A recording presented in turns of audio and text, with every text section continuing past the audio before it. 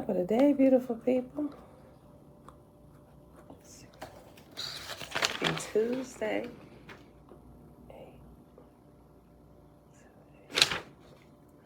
Oh, yeah.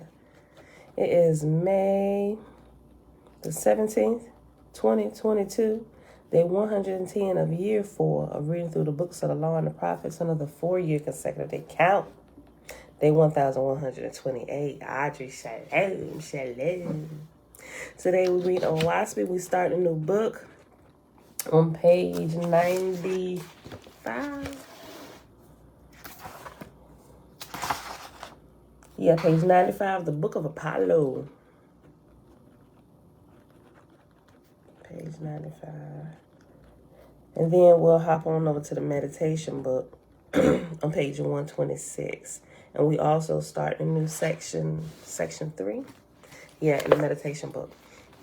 All right, so let's get started. May y'all continue to bless us as we walk on this path of truth. All right, y'all. Put my books in order here.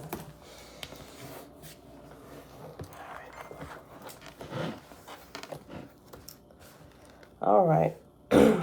Page 95. Oahspe, Book of Apollo, son of Jehovah. Being the heavenly administration of Apollo, an Ethereal god. You know what, before I get started and get too far, let me just go ahead just in case and give y'all this Facebook link just in case it start going in and out.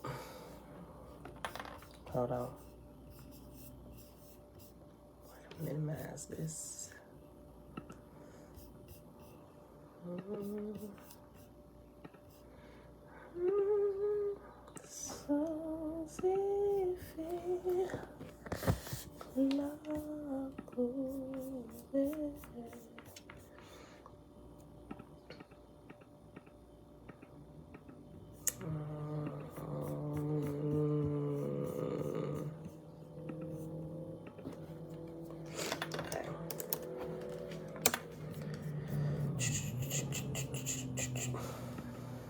Okay, all right, I got the link. Copy. Okay, y'all. Coming back over here to YouTube. All right, here we go. Just in case we start glitching here on YouTube. Jump above.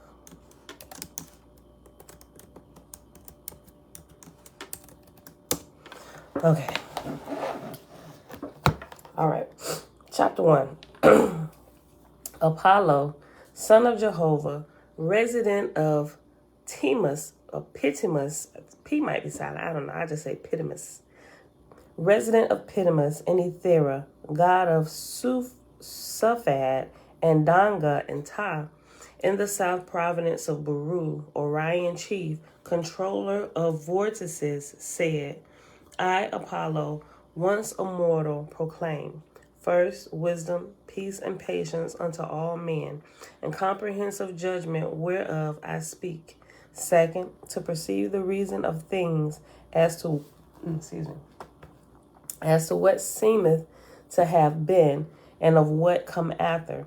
For the Great Spirit is all harmony and perfection, abounding in time and in worlds to accomplish all possible imaginings. Wherefore, be ye magnified in conception, not judging by the little understanding of mortals, so he that asserteth harmony, being more to the order of Jehovah than that which is ill-formed or out of time, hath little reason to prove his assertion before a wise man, as one may assert that ripe fruit is nearer perfection than that which is green, which assertion is self-evident without proof. So, in the understanding of gods and the management of worlds, are things past and present, not things past and present in fact, but more like the immature and the mature. Since then, man perceiveth that words, at best, are but slow and coarse representations of the soul's conception of things, how much farther distant lieth a God's wisdom beyond the reach of mortal understanding. Remember, O man, that couldst thou in a moment of time recollect our... Hold on, let me start over. Remember, O man, that... Hold on, let me start it again. Remember, O man, that couldst thou in a moment of time recollect all thou hast ever learned, thou wouldst be wise indeed. Were thou in tune with thyself, such would be thy wisdom, to advance in such direction, whereby man become attuned first with himself, then with his immediate surroundings, then with the magnitude of worlds, and then with Jehovah, so that he moveth, acteth, and comprehended harmoniously, is to become one with the Father. And I kind of read over something, almost, I ain't gonna say word for word, but in the same line, with what I just read in the raw contact. It was talking about literally how to tune your body, and how meditation is a great, I'm going to just sum it up. Meditation is like a great tool for that, and how you absolutely must know your body. Trina, hey girl, hey. Like, you really have to know what the ins and outs, not just the physical naming of such, but how each thing operates. You know, if you like really to move further along than what most people do, you really have to become in tune with that. And once you get the physical side down, you got to begin to understand the spiritual significance behind every organ and stuff. I'm just like, man, well, we're on a path. We're gonna figure it out. It'll take us a little while to get there. Hopefully not too long, but we're on the path. We're learning. But it's amazing. Let me just read this again. Remember, O man, couldst thou in a moment of time recollect all thou hast ever learned, thou would be wise indeed. Wert thou in tune with thyself, such would be thy wisdom, to advance in such direction, whereby man becometh attuneth first with himself, then with his immediate surroundings, then with the magnitude of worlds, and then with Jehovah, so that he moveth, acteth, and comprehendeth harmoniously, is to become one with the Father, which condition awaiteth all men, and is called in high heaven nirvana, because to him that hath attained it, things past and things to come are as an open book. He can look back to his own beginning in the world, and even beyond, and whithersoever he directeth his eye, he can see and hear, even as if the matter were now. Marvel not, O man, that the gods revealed the words and signs of things long since perished corporally. The proofs he could give, thou couldst not understand, for the basis of spiritual entity lieth not within the measure of corporal senses. Nevertheless, Jehovah hath given thee comparisons, as a portrait of a man showeth his looks even after his corporal body hath perished, and yet the picture is but a representative. To the spirit, a corporal body is but a representative, being a manifested production of a spirit. As out of corporal things a new thing is produced and born into the world, so out of Jehovah is born the spirit of man. Neither leadeth the corporal the spirit, nor the spirit the corporal, but Jehovah doeth it all. Think not then that when the corporal body is dead and moldereth back to original elements, that in like manner the spirit of man will resolve back into Jehovah. For spirit is not bound by similar rules. Rita Shalom. Hold on. Yeah, this is good.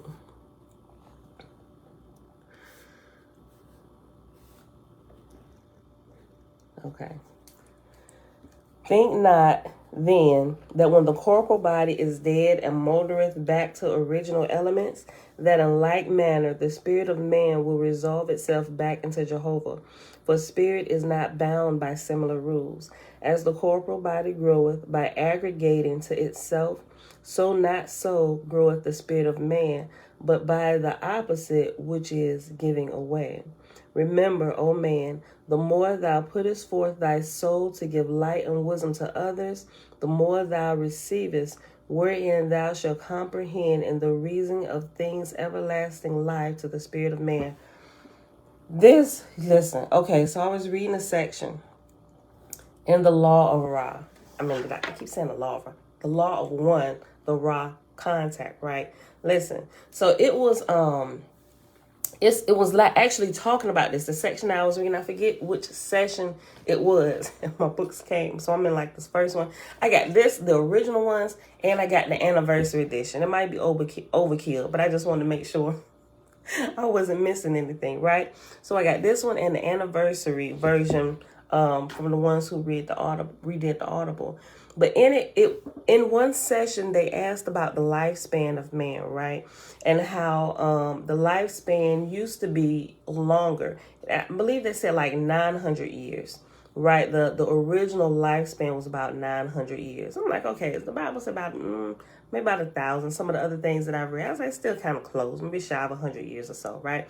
That was the original lifespan, because it would take that long to learn everything we would need to learn, right? So it's quite a few books, whether religious or non-religious, that allude to that fact.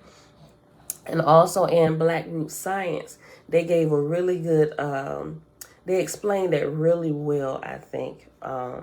But also, and it was saying that you needed that long to live, because everything that we're finding out we need to learn now, if you don't learn it all in one lifetime, and now that the lifespan has been cut down to like sometimes less, under 100 years, right? Most people not still living to 100, but it's more people today living to be 100 than it has been in quite a few generations past. But it started talking about this exact same thing that this portion, this particular scripture is talking about well, you can just call it like the acts of service to man. And the more we become selfish, the more we lose years off of our life. If we're just living just completely for self, the lifespan is cut short. And so you got to keep coming back multiple times so you learn all the lessons that you would have learned in the original long lifespan that we were given in the first place. But now it's just cut off. So imagine in the state that we are now. Let's not even talking about before the flood when it was wiped out. Just imagine the state of the world today, even us here in America. Imagine if people got to live in their foolishness for 1,000 years.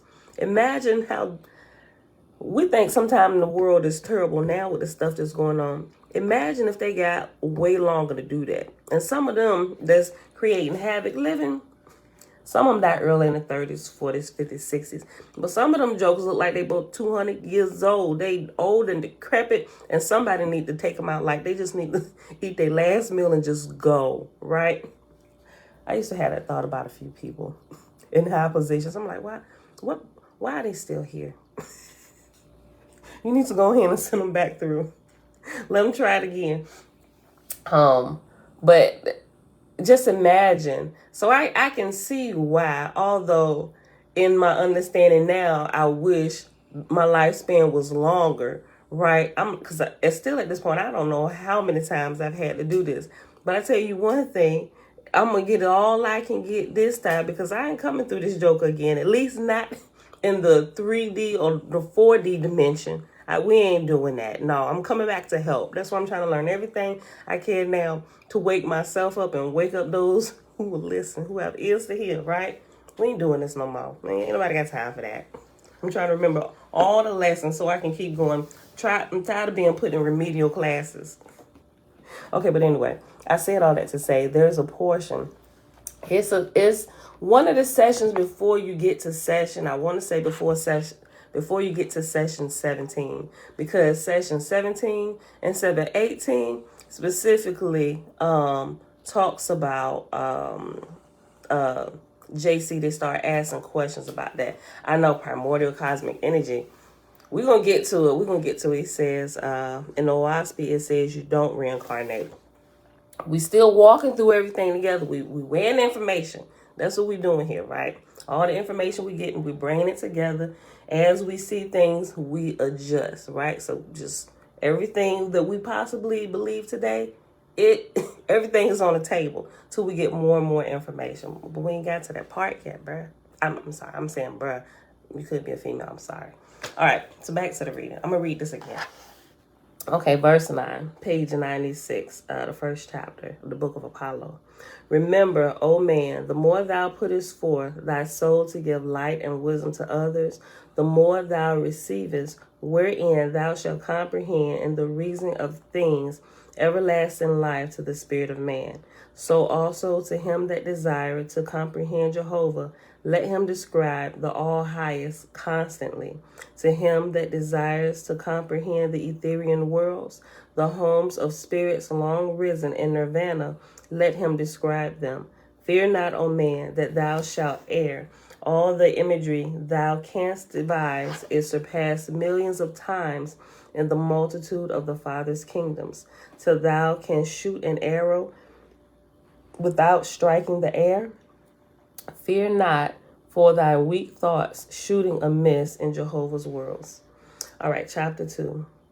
I, Apollo, earth-born of the continent Pan, submerged by Aph, the Orion chief, by Jehovah's command, proclaim in the name of the Father, creator of worlds, peace and wisdom unto all nations and tribes of men.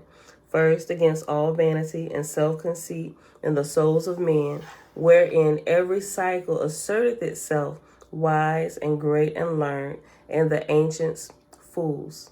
For the evidence of wisdom lieth not in learning one thing only, but in the adaptation of man to Jehovah and his works. Kind of like what we just said, right? We'll adjust as we go. You're right, absolutely right. We went over that a lot. They said I read the Oahspe. It's pretty good, but I subscribe to one book. No one book has all the right answers. Remember, everything is written by man. Everything is written by man, right? Everybody has a different vantage point of what we're doing here, why we're here. And that's just the way it is. Everybody has their own individual path where they have to learn. They mulling it through in their own mind so they get the proper comprehension. But the point is to keep going, right? Not to just this is it. I got to be stuck here, right? Yah gives us freedom to grow and to move and to ask questions. Like I said before, the earth is literally a lab where we can test. There's trial and there's error, right? We're going to make mistakes along the way. Just keep going. It's okay. It's a part of the process. Okay.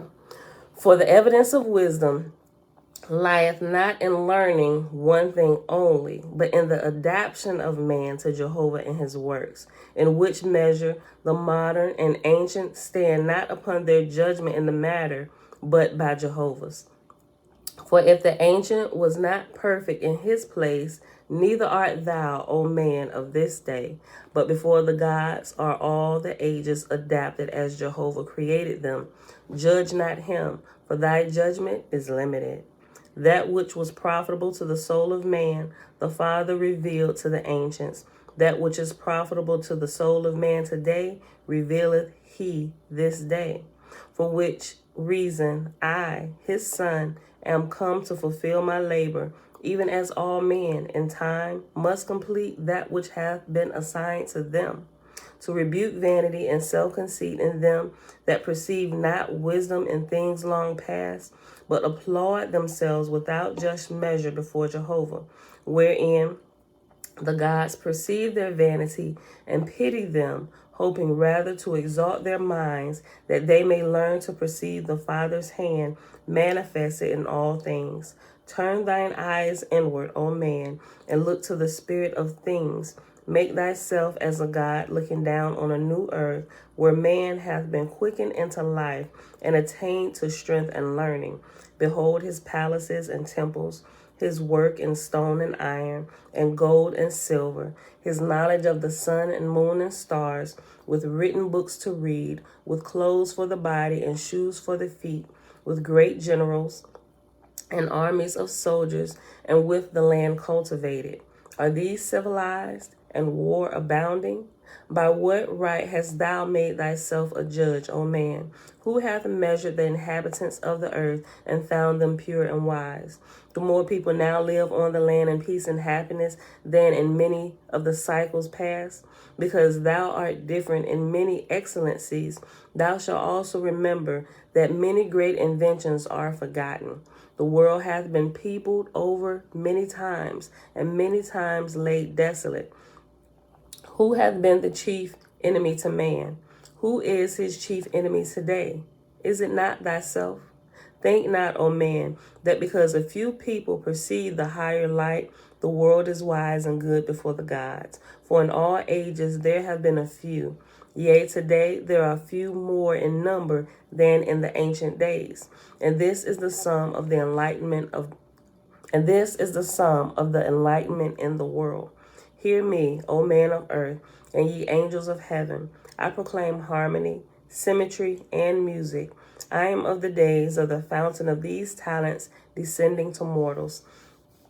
I was a shapely stone in Jehovah's edifice, and by hard toil a fashioner of the flesh, mold of man and woman.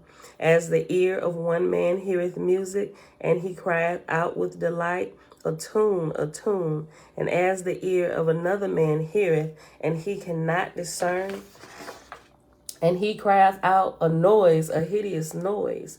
Wherefore then shall ye not judge them and say, the one hath an ear for music, and the other not? The one is one with the music, the other, being discordant himself, declare there is no tune, but only noise. To which will ye give preference in judgment as to music? And that reminds me of something. Many years ago, I went to pick up my cousin. I was still active duty military, right? I went to pick up my cousin. At this time, I love different types of music, right? So at this particular time, I was listening to Creed, and they had this one song that I really loved. So I had it playing when she got into the car. And so we was pulling off, and I was just jamming, right? That was my jank.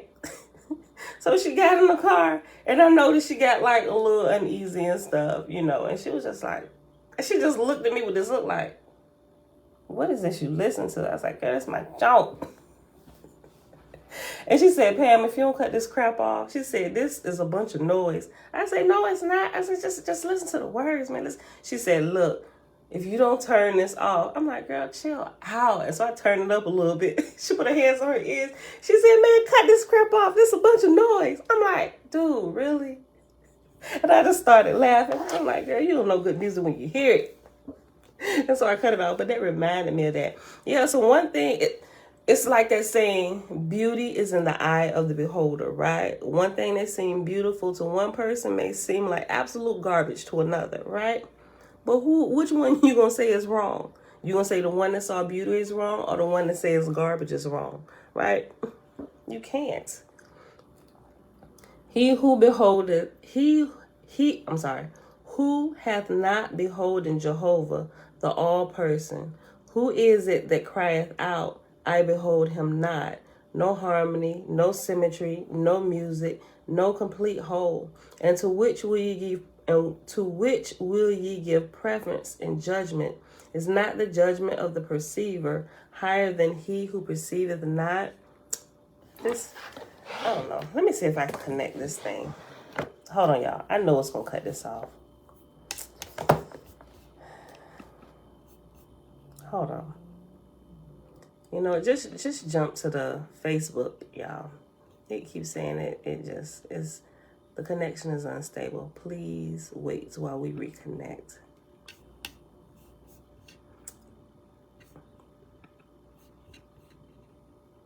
I don't know why this dude is here. It don't just do it with my stuff either. My son, when he be trying to work on his stuff, he said, what is wrong with this hotel Wi-Fi? They Wi-Fi here really sucks. It really does. I'm trying to see. It's good? It's good for you? Okay, well, I'm going to leave it alone. Because it keep giving me messages. that it says your connection is unstable. Please wait while we try reconnecting. Okay, well, I'm going to just leave it alone. If y'all having issues, jump to the Facebook link.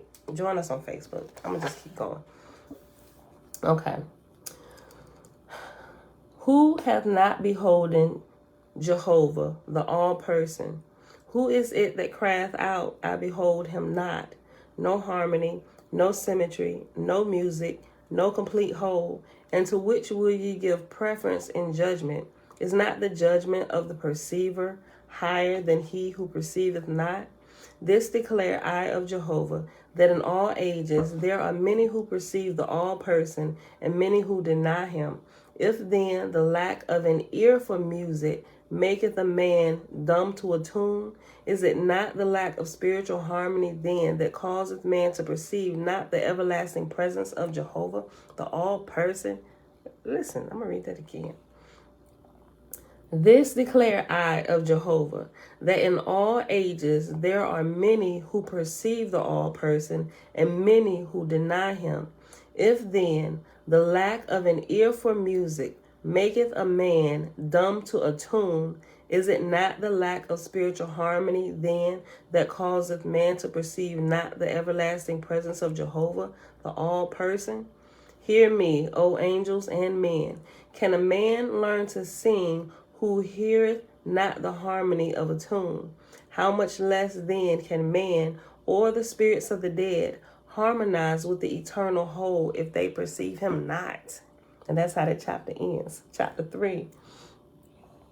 I, Apollo, Jehovah's son, proclaim an age when man on earth considered not harmony, nor symmetry, nor music as gods.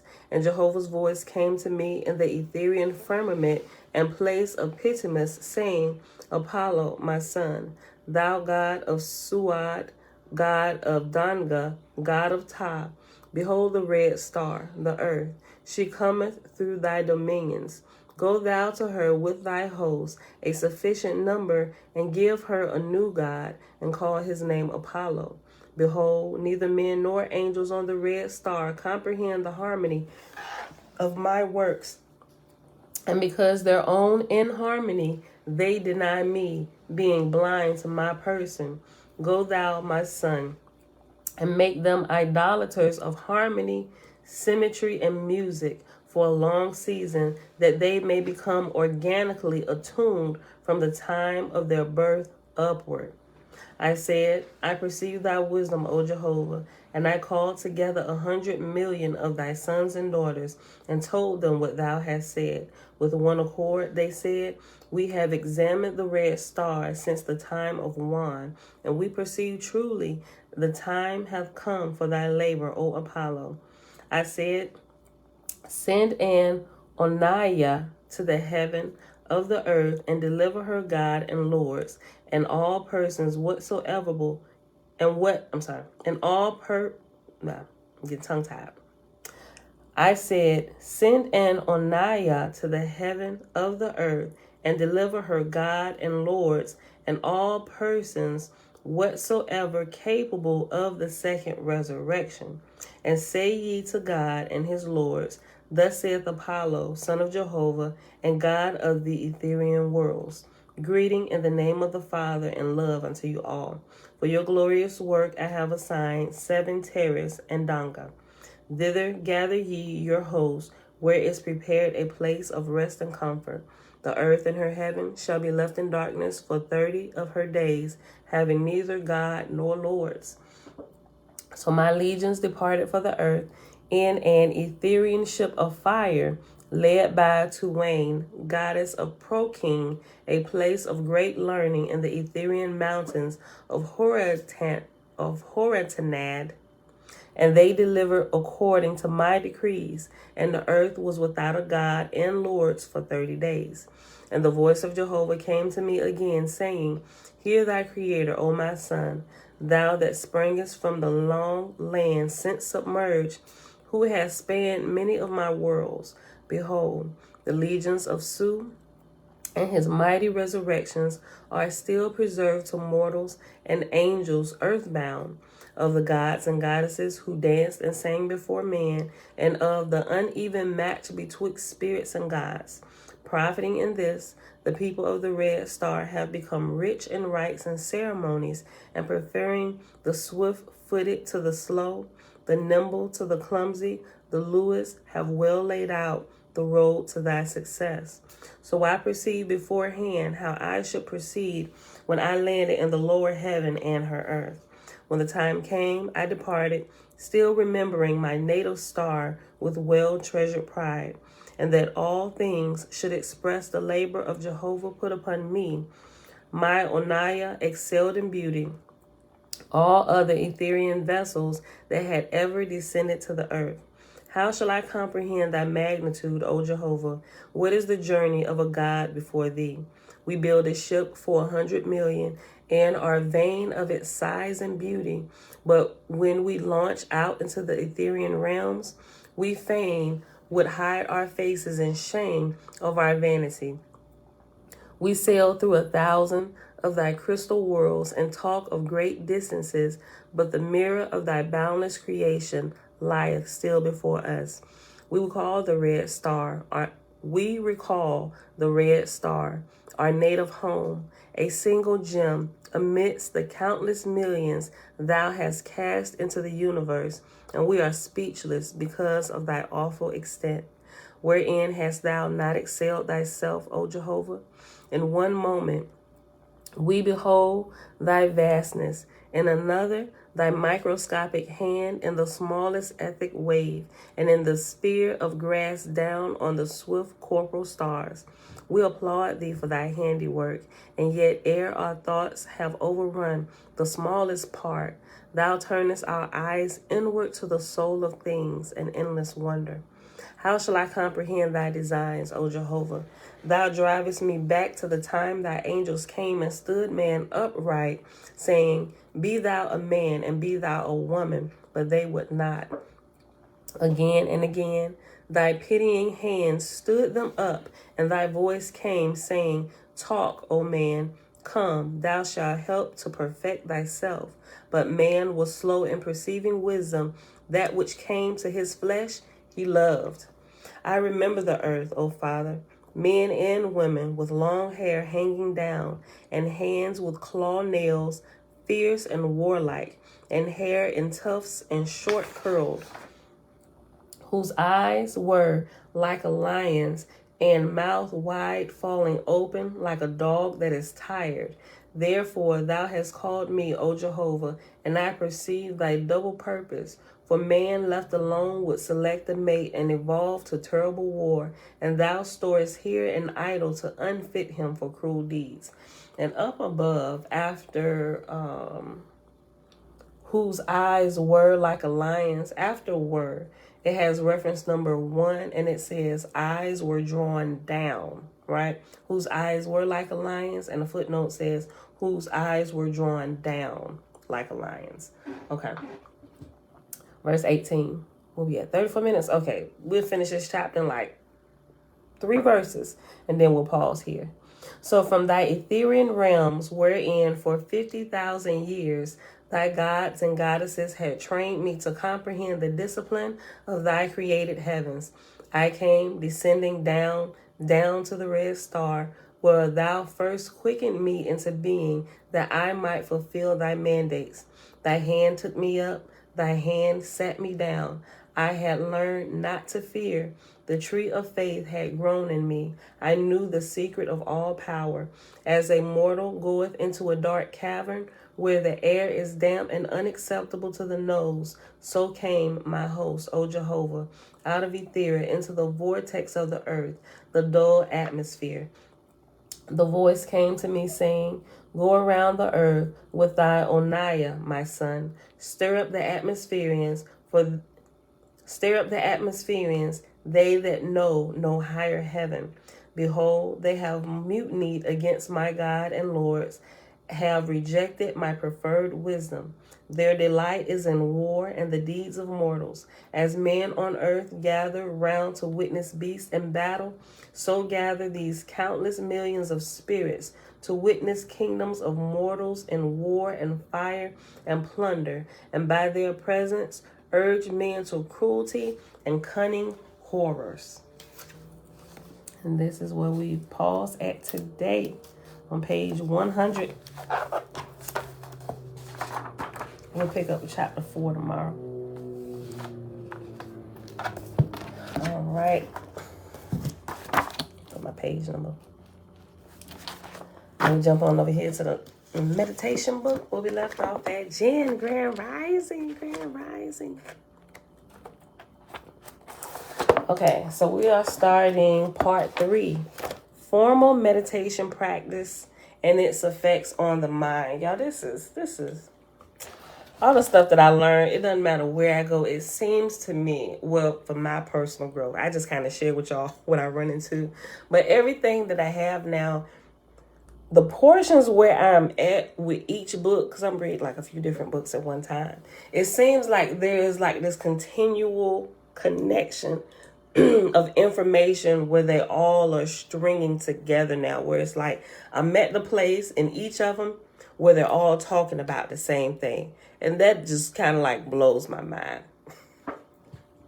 It's like it's like you getting a lesson here, and when it's like, okay, I done read enough of this today, and you go here and that same lesson picks up where it just kind of strings right into, and the books are not even related for real. Different authors and everything, right? And the books are totally labeled something different, but it's like the same lesson. I can see the congruency everywhere I go. I don't know if maybe it's just I don't know. It's just weird that everything, no matter at what portion I've stopped at, it's there. It's like the same flow of stuff. Okay. Part 3, formal meditation practice and its effects on the mind. Introduction, page 127. A human being can be likened to a bird. Meditation is like the wings of a bird. There are some birds in nature which have lost the ability to fly. However, with some effort and training, they can fly if necessary. There are 2 ways in which meditation is to be practiced. One is the formal meditation, and the other is the meditative lifestyle. These are the wings upon which the mind can soar to unimaginable heights of expansion and infinity. So each aspect of meditation must be well understood and correctly practiced. Otherwise, there can be no leaving the confinement of ordinary human experience. The formal meditation is when you set aside a particular time, a particular place, and sit down to practice the 3 steps of meditation, which lead to the transcendental awareness or cosmic consciousness. The formal meditation practice involves 3 basic steps. These are concentration, extended concentration, and transcendental or cosmic consciousness. Thus, meditation is to be understood not only as an exercise, but as a lifestyle. As you practice living according to these teachings and serving humanity, ma'at, you are purifying yourself by removing gross impurities such as anger, hatred, greed, jealousy, etc. from your mind. As you practice studying and reflecting upon the teachings, you are removing ignorance, worry, anxiety, etc. from the mind. As you practice exercise and a healthy diet, you are purifying the physical constitution and removing toxins which affect your reasoning and emotions. As you practice devotion towards the divine, you are removing subtle egotistic impurities from your mind. Thus, the disciplines for spiritual evolution are to be practiced in an integral manner, and this method will yield the most effective results. The usual manner of progress in formal meditation involves concentration exercises in the beginning. As progress is achieved, the concentration practice focuses on concrete objects and then moves to abstract objects and ideas in the advanced stages. You may practice concentrating on any object. However, your success towards spiritual enlightenment will be enhanced if you use a spiritual icon such as the image of a deity. There is no danger in using a name and form as a representation of the divine as long as it is understood that it is only a symbol which does not capture the totality of the divine. A name and form is useful because in the beginning, the mind is too weak to sustain concentration on that which is abstract. As you progress in your spiritual practice, you will eventually move towards abstract ideas and finally to the absence of all thought. Then you will move beyond time and space as well as the ego itself. When you reach this level, you will discover that you are a separate entity from your body. When you reach this level, you will discover that you are a separate entity from your ego. And in parentheses, it has body, senses, and feelings, as well as its adversities and prosperities. You will discover a heretofore unknown peace, which you will learn to relish. This is the pace of the self. Oh, great spirit, shalom. Oh, great spirit, creator of all life and peace. Blessings to you.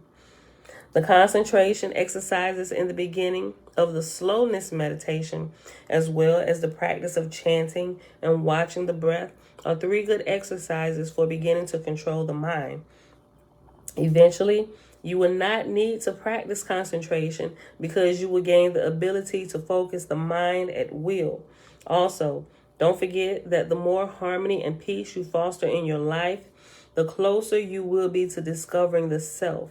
If you live in such a manner which reduces worry, you will hasten your steps in spiritual practice.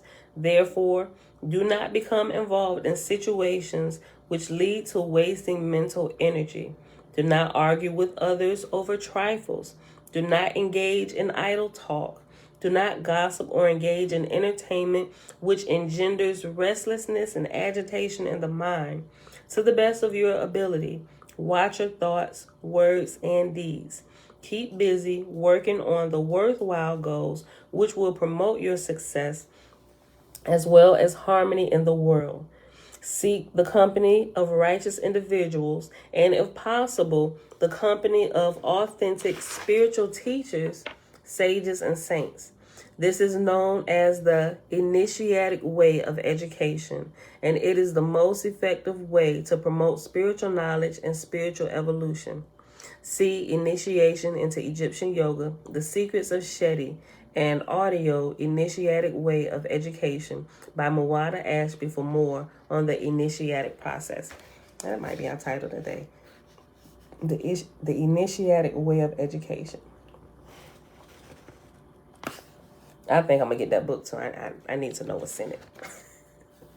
As you begin your practices in meditation, you should not put pressure on yourself to achieve results by a certain time.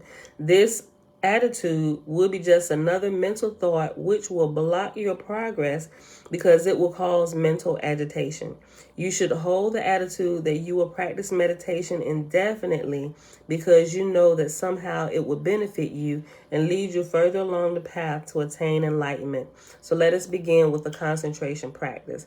My thing keeps going in and out like I've been cut off on YouTube, but if y'all having issues, scroll all the way to the top. I put the Facebook link. Just join us on Facebook. I got to figure something else out because this hotel Wi-Fi is terrible. Have you ever tried to hold a single thought in your mind? I'm sorry. This next section is labeled concentration. Have you ever tried to hold a single thought in your mind? Most people cannot hold one thought in their mind or stop the thinking process for even 4 seconds. In order to have success in controlling and going beyond the mind, it is necessary to control the mind. Therefore, concentration of the mind is the first level of meditation. It involves training the mind so as to develop the ability to hold attention on one object or an or idea. Concentration also consists of curbing the stray thoughts so as to cause a convergence of mental energy on a single object or thought. The object may be a flower or a divine icon, symbol. At this level, the practice of virtuous living is a great help because it allows you to conserve energy that would be otherwise wasted on the endless pursuit of desires and the indulgence in negative behaviors which agitate the mind and prevent concentration. In short, the mind in an ordinary human being is like an ocean with a myriad of waves of all shapes and sizes. Through the practice of meditation, the mind becomes like an ocean without waves. Have you noticed that when there are waves, it is difficult to see the bottom of the water, no matter how shallow it is? Have you also noticed that when the water is calm, there is visibility because the sand and other objects in the water have settled to the bottom? In the same way, you cannot see the depths of your mind because it is constantly in movement. The sediment of unconscious impressions is constantly being stirred up, and the foam, sprays, and whirlpools of thoughts and emotions in the mind do not allow a vision of what lies beyond these. So a person who is untrained in the art of meditation and yoga is constantly thinking about objects and how to acquire them, about the past, present, or future, about how to satisfy the desires which are constantly arising, and so on. You must learn to ignore the constant stream of input from these senses. This process of withdrawal will allow you to achieve true introspection. Like I do sometimes, I just, when a bunch of thoughts, it's just like your mind want to get going, it's just, I let them just flow through me like water. Come in and just flow right on out and bring the peace back. Bring the calm, you got to practice it at all times until it becomes natural, till it becomes like a natural way of your life, just like breathing. Like, we don't have to think about breathing, we just do it. We come into the world just doing it, right? That's the same way you have to be able to control all the stuff that would get you off track in your mind and your thinking process. Many people, and all these things like the news, everything is like, those are the things that are causing the waves and the ripples in your mind constantly, right? Many people practice concentration in the world. The big difference in the idea of concentration is that it is presented here from that of the world. The big difference in the idea of concentration as it is presented here from that of the world is that worldly-minded people concentrate on any means through which they feel they can achieve the object of their desires. Some want to get rich, others concentrate on creating inventions, others on becoming wealthy enough so that they can spend their time in the various distractions of life which money can buy, and still others concentrate on evil activities. In spiritual life, the objective of concentration is to control the mind in order to promote purity of heart and strength of will. In the ancient Egyptian book of Coming Forth by Day, as well as the ancient Egyptian wisdom text 5000 BCE, the sole objective of all spiritual practice is explicitly stated to be the attainment of makharu, which is purity of heart, harmony, and righteousness, which will lead to spiritual realization.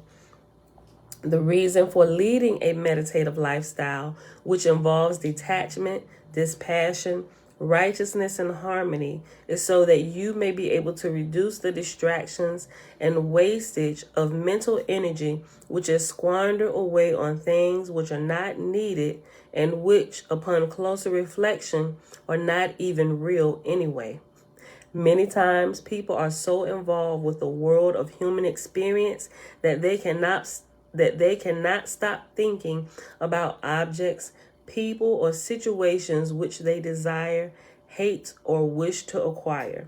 As long as this condition exists, it will be extremely difficult, if not impossible, to achieve success in meditation. Francis, shalom, shalom.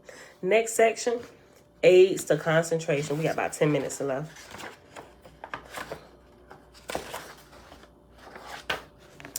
Many people feel that their efforts in the practice of concentration only need to be emphasized during their formal concentration exercises. This is a limited understanding which will slow down one's progress toward effective meditation practice. In order to succeed in your formal meditation practice, you need to practice concentration not only when trying to meditate, but also during your daily activities. Many people feel that it is good to be involved with many projects at once. Some people even thrive on this way of being. When there is nothing going on, they must somehow find something to get into. Otherwise, they become restless and frustrated. In reality, this way of life is like a distraction which forms restless currents in the mind. Thus, when there is no exterior activity, the person inwardly still feels the need for movement and activity. Since life is not all active or all passive, there will inevitably be periods of inactivity. A person who wants to be in harmony needs to learn how to balance these two aspects of human life. In daily activities, one should make an effort to accomplish one goal at a time, concentrating on that task before moving on to others. This will prevent the mind from being scattered in different directions, and it will also have the effect of making one's actions more qualitative and effective. There should be an effort toward one-pointedness in all activities. This practice will help when it comes time to practice one-pointedness during the formal sit-down practice of meditation.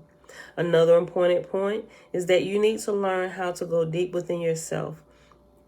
This is accomplished by paying attention to yourself instead of outside stimulus from your mind and senses.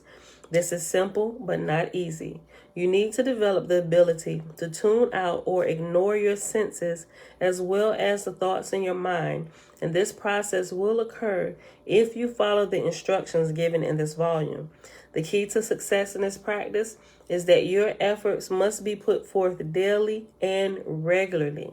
You cannot expect to turn around the currents of your mind in one day, nor can you expect to progress if your efforts are intermittent or without proper guidance. There is a beautiful parable which conveys the teaching expressed above. Once, there was a businessman who needed help at his establishment. One day, he went to the forest and while eating, poured some water on a tree. Nearby, there was a spirit who liked that tree, and the spirit thought that the man was offering him some libation. So the spirit appeared to the businessman and gave him a boon that he would give him anything he asked. The man was pleased and told the spirit that he needed some help at his establishment. The spirit said that he would help him with one condition, that if he ran out of work, he would eat the businessman. What? The spirit said that he would help him with one condition, that if he ran out of work, he would eat the businessman. The businessman agreed, thinking that he had enough work to keep the spirit busy for a long time. Oh, okay, I get it. Okay, if the businessman ran out of work to give the spirit that he would eat him. Okay, I get it. Okay. The spirit said that he would help him with one condition, that if he ran out of work, he would eat the businessman. The businessman agreed, thinking that he had enough work to keep the spirit busy for a long time. The next day, the spirit showed up to work, and he completed every task that the businessman gave him in a flash, as if by magic. The businessman became concerned and went to his spiritual preceptor, who told him to have the spirit create a long pole and to plant it firmly in the ground. Then He should grease it and climb up and down until there was another task to perform in the store. This would effectively keep him busy until needed. The plan succeeded and the businessman survived with his new help. That's dumb. But I get it. I get it. The mystical interpretation is that the spirit is the mind of a human being. Its nature is to be involved with the world in constant movement. If this movement is not controlled, the mind will lead a human being into situations of grief and sorrow, which will devour peace, happiness, prosperity, both material and spiritual. Therefore, what is needed to keep the mind occupied with what is needed is to keep the mind occupied with divine thoughts and feelings. Thus, the movement up and down the pole symbolizes the practice of chanting the divine name, words of power, or in Christianity, that would be praying in tongues, right? As well as the development of the inner life force energy and the psycho-spiritual centers of consciousness, or Rat Sakim. These practices should be maintained when the mind is not engaged in the duties of life. When you need to perform some task, then you can go to it and concentrate on it fully. This practice will not allow negativity and illusions to build up in the mind. You will develop the ability to purify your mind and to discover peace and bliss in all of your activities, along with achieving success in your meditation practice. I completely get that. I completely get that. Because if you we just say practice praying in tongues or chanting, if you learn how to do that to where it just kind of takes over and it becomes a normal way of life and you're just doing it. Once you got to get it going, like with your physical lips, to get it going on the inside of you. But when you've done it long enough, it can keep going by itself. So you can literally hear yourself praying in your prayer language or your channel, whatever you want to call it, your haiku, your words of power. Even if you want to just use it, English words, just call them words of power, right?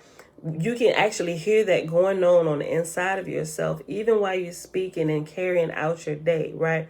You're giving your spirit something to do until your body needs to engage it, or vice versa, right? And you can ask a question and it's always in tune and you will get an answer like almost immediately, right? But you got to practice to see.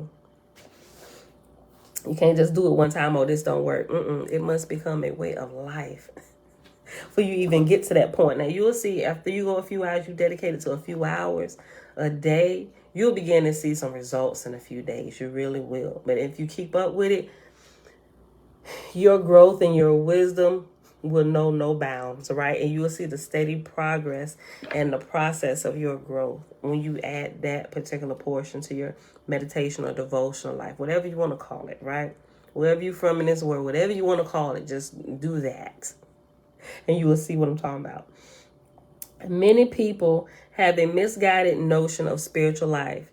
They feel that a spiritual person must be a priest or priestess living at a temple away from the world. Otherwise, life must be lived by giving into the longings and desires as they appear in the mind. For some people, the secluded lifestyle may be the correct path, but they will already have done extensive spiritual work on themselves throughout many lifetimes. Some people think that they are ready, so they leave everything and join a temple, only to find that they couldn't leave their mental complexes and worries behind. They built up the illusion that if they were segregated from the world, they could meditate and find peace. This is the wrong idea. There should not be a contradiction between your formal meditative experience and your day-to-day life. People who do not think in this way may experience peace in meditation, but when in the world, they are irritable, querulous, distracted, and restless. You will achieve greater success in your meditation practice if you seek to promote harmony at all times. For example, let us say that you have practiced meditation early in the morning and developed a harmonious feeling. However, at the end of your spiritual practice, you begin to dread the fact that you have to go out into the world. And when you do, you experience anger and over something And when you do, you experience anger over something your boss did, or a driver who cut you off, or the fact of not getting enough pay, or a myriad of other problems. You are defeating the purpose of your meditation practices. You are promoting positive spiritual movement in one area. You are nullifying it in the other. The correct path can be accomplished through a keen understanding of spiritual practice, which comes from the continuous study of teachings under the proper guidance. The teachings of contentment figures, the teaching of contentment figures, what? Okay, the teaching of contentment figures prominently here. Contentment does not mean stopping your efforts to improve yourself. It does not mean giving up the struggle of life and letting God do all the work. The teaching of contentment is a profound mystical philosophy which must be understood thoroughly. The feeling of discontent arises when a person continuously compares themselves to others or engages in one desire after another. In this form of thinking, there is always something to be dissatisfied with. There is always someone with more money, a bigger house, more possessions, etc. Therefore, if you compare yourself to others or constantly crave for what you do not have, you will ensure that your life will be miserable and unfulfilled. Contentment means that you must realize that the self, God, has placed you exactly where you need to be, with exactly the right resources to gain the experiences you will need, which will lead you to spiritual enlightenment. With this profound faith and understanding, you must develop the feeling that your inner self is guiding you in a mysterious way towards that which is good and right. With this understanding, you can accept all situations in life with equal vision. And furthermore, you can see all situations, whether or not they are prosperous or adverse, as events which will lead you to spiritual enlightenment. Many people who have not studied mystical philosophy live their lives in a state of perpetual contradiction. If there is peace, they complain that there is no excitement, that things are boring. If there is a lot of excitement and movement, they complain that there should be peace and calm. If it's raining, they complain that there should be sunshine. If there is sunshine, they complain that it's too hot and the sun is making conditions uncomfortable, and so on. You should look at the world with an objective eye and accept it as it is, and not try to impose your own egotistic notion of what it should be. A power far beyond your capacity to comprehend through an egotistic mindset is controlling every aspect of nature and has created just the right conditions that are necessary at the right time. Contradictions arise due to a lack of understanding. Therefore, if you become well versed in the mystical philosophy, you will be able to reduce the mental agitation which is caused by contradictions, and you will have the possibility to lead a peaceful life and enjoy life more fully. Further, you will develop a solid basis of inner harmony, which will make it possible for you to succeed in the practice of formal meditation. Let me finish this little section. Oh yeah, an hour and 4 minutes. Okay. The world of human experience is like the testing place for all the teachings you have learned. I love that, right? The whole world is a lab for our spirits. The world of human experience is like the testing place for all of the teachings you have learned. You can learn about controlling your emotions and understanding that the world is an expression of the divine. But how will you react when you are confronted with ignorance, hatred, and desire? The world gives you opportunities to test yourself and to practice taking the high road. Every time you do this, you will be as if placing another brick on the inner temple of peace, harmony, contentment, and enlightenment which you are building. Your problem is not with the world, but with ignorance, restlessness, anxiety, anger, hatred, and desire within yourself.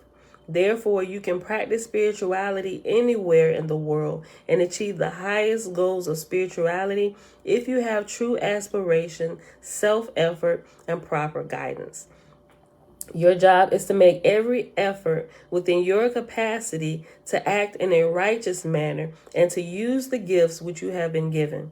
The gifts of the inner self are misused and squandered when a human being is guided by covetousness, discontent, greed, agitation, discontent, disbelief, impatience, pessimism, depression, and cynicism in the heart. This is why the spiritual scriptures of all traditions emphasize the development of virtue as a part of a viable spiritual discipline. Much importance is given to self-control, fortitude, balance, contentment, faith, hope, and patience, among others. These teachings are prominent among the ancient Egyptian hieroglyphic texts, which date back more than 10,000 years. In general, a mental atmosphere of peacefulness and contentment is necessary for sublime thoughts and aspirations to emerge in the mind.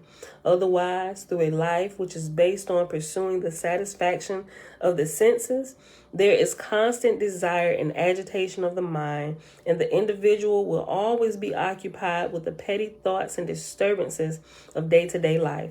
Therefore, the maintenance of serenity and contentment should be the primary goal of a spiritual aspirant. The following ancient Egyptian proverbs from the teachings of Ma'at were available to Plato and the early Christian theologians who studied philosophy and mysticism in Egypt. These would have been the first teachings that initiates would receive. Ma'at itself, as discussed earlier, implies virtue, justice, righteousness, and order. Okay, so after I read these proverbs, then we'll end it for today here. My marker right here, page 133. Okay. Quote, they who revere Ma'at are long-lived. They who are covetous have no tomb. Do not be... Okay, that was the first one. I'll take a pause in between each one instead of saying the next one, the next one, next one. Okay, I'll reread that one again. Those who revere Ma'at are long-lived. Those who are covetous have no tomb. Remembering that Ma'at means virtue, justice, righteousness, and order, right? Do not be greedy in the divisions of things. Do not covet more than your share. Don't be greedy toward your relatives. A mild person has a greater claim than a harsh one. Poor is the person who forgets their relatives. They are deprived of their company. Even a little bit of what is wanted will turn a quarrel into a... Even a little bit of what is wanted will turn a quarreler into a friendly person. Ma'at is great and its effectiveness lasting. It has not been disturbed since the time of Asar. There is punishment for those who don't pass over its laws, but this is unfamiliar to the covetous one. When the end is nigh, Ma'at lasts. As a camel beareth labor and heat and hunger and thirst through the deserts of sand and fainteth not, so the fortitude of a man shall sustain him through perils. Do not conspire against others. God will punish accordingly. Schemes do not prevail. Only the laws of God do. Live in peace, since what God gives comes by itself. To be satisfied with little is the greatest wisdom, and they that increaseth their riches increaseth their cares. But a contented mind is a hidden treasure, and trouble findeth it not. Control your thoughts, control your actions, have devotion of purpose, have faith in your master's ability to lead you along the path of truth. Have faith in your own ability to accept the truth. Have faith in your ability to act with wisdom. Be free from resentment under the experience of persecution. Be free from resentment under the experience of wrong. Learn how to distinguish between right and wrong. Learn to distinguish the real from the unreal.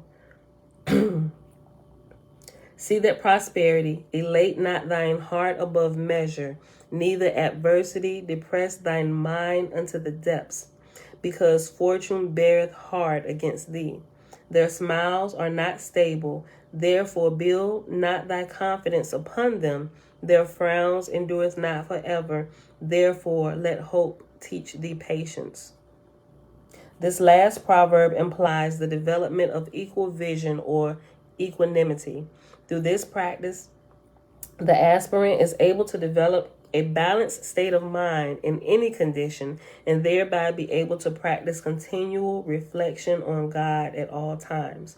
Thus develop the understanding that the day-to-day situations you encounter are in reality challenges which, if met with proper understanding, will lead you to greater inner and outer fulfillment. Many times, that person who spoke to you harshly will be changed when he or she does not receive a negative remark in return. Right? Oh, yeah. You see somebody hot, they're boiling. Yeah, it's always nice to go in just a little bit sweeter than they are to kind of calm them down, right? Sometimes you don't want to. You want to give them the fire and turn it up 100 times hotter than what they're hitting you with. But sometimes it's just not worth it. You're going to expend way too much energy that you should have kept for yourself. I read that again. Lorette, shalom. Thus develop the understanding that the day-to-day situations you encounter are in reality challenges which, if met with the proper understanding, will lead you to greater inner and outer fulfillment. Many times that person who spoke to you harshly will be changed when he or she does not receive a negative remark in return. In many ways, you will be able to discover that anger and hatred do not promote what you want, but patience, forbearance, and goodwill are sources of spiritual strength which can move worlds. What most people call meditation. Oh, hold on. We'll just pause because this was the end of the meditation portion. This next portion that I was about to start to read is the extended concentration meditation. We're going to pause right there. So we'll end right here. Okay.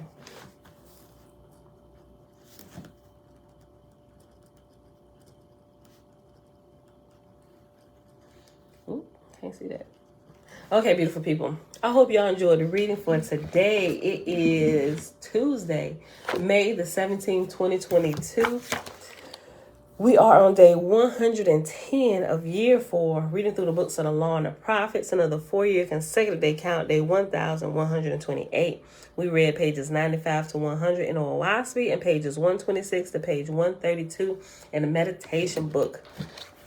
All right, y'all. So, reiterated. Look, I was talking to my sister about something yesterday, going through the raw contact, right?